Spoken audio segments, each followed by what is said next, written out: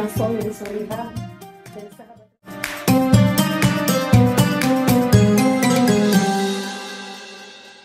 Assalamualaikum warahmatullahi wabarakatuh.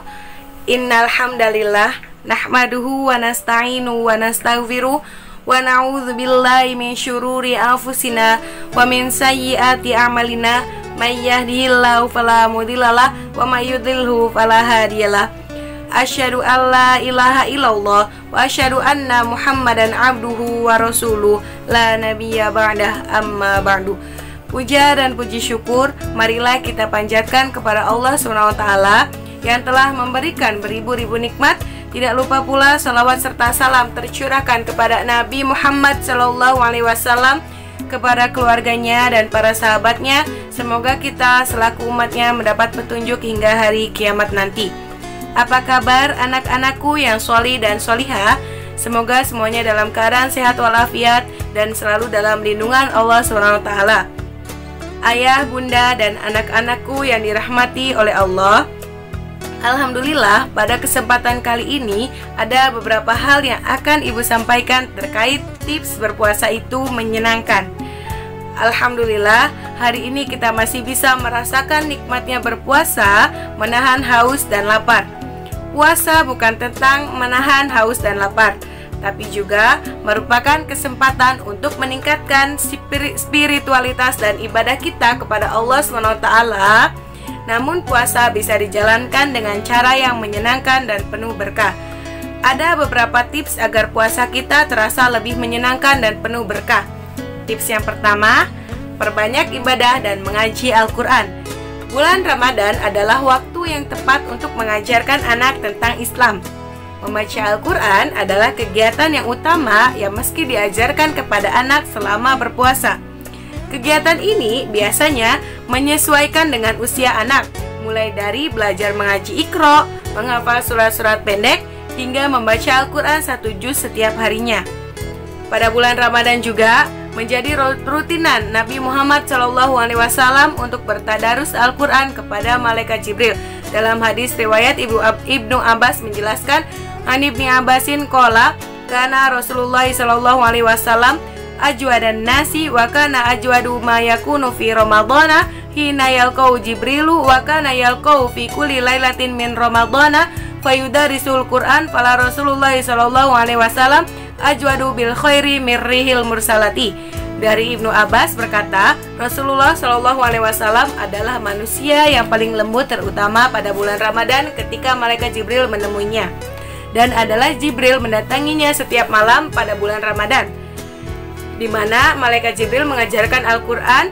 Sungguh Rasulullah adalah orang yang paling lembut daripada angin yang berhembus. Hadis riwayat Bukhari. Hadis di atas menjelaskan Ramadan menjadi momen khusus bagi Rasulullah SAW karena pada bulan ini beliau akan diajari malaikat Jibril tentang membaca dan mempelajari Al-Quran. Rasulullah menghatamkan Al-Quran sekali dalam setahun pada bulan Ramadan bersama malaikat Jibril.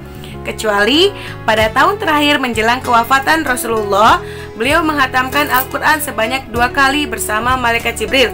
Dari hadis ini pula, para ulama menjadikannya sebagai dalil anjuran bertadarus Al-Quran pada bulan Ramadan. Tips yang kedua, jalan-jalan sore. Jalan-jalan sore atau ngabuburit merupakan salah satu kegiatan yang baik untuk dilakukan demi mengusir rasa bosan, khususnya pada anak-anak. Selain bisa menumbuhkan rasa kebersamaan, kita juga dapat mengajarkan mereka untuk berbagi ke sesama.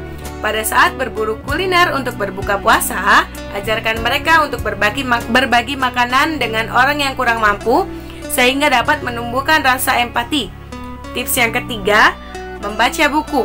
Saat di luar cuaca panas terik, ada baiknya hindari kegiatan di luar ruangan, sebab hal ini bisa memicu anak merasa lebih lelah dan haus, yang ujung-ujungnya membuat mereka ingin berbuka puasa. Salah satu kegiatan indoor yang dapat dilakukan adalah membaca buku. Meski demikian, orang tua harus lebih selektif, berikan bacaan yang bertema ringan, bergambar agar anak membacanya lebih menyenangkan dan lebih imajinatif.